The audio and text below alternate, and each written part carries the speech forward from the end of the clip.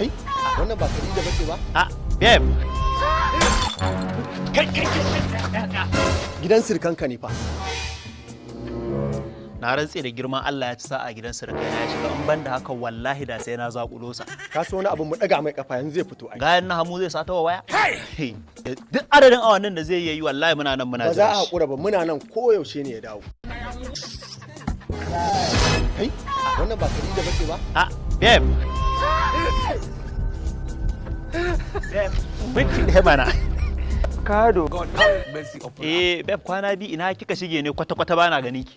To ina na je ai kai ne baka zuwa dama mama ta ce tunda azumi ya zo akan Ramadan basket za ka gudu ka daina zuwa.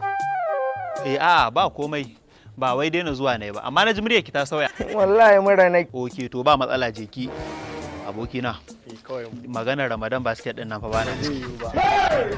Ka dalla malam me haka?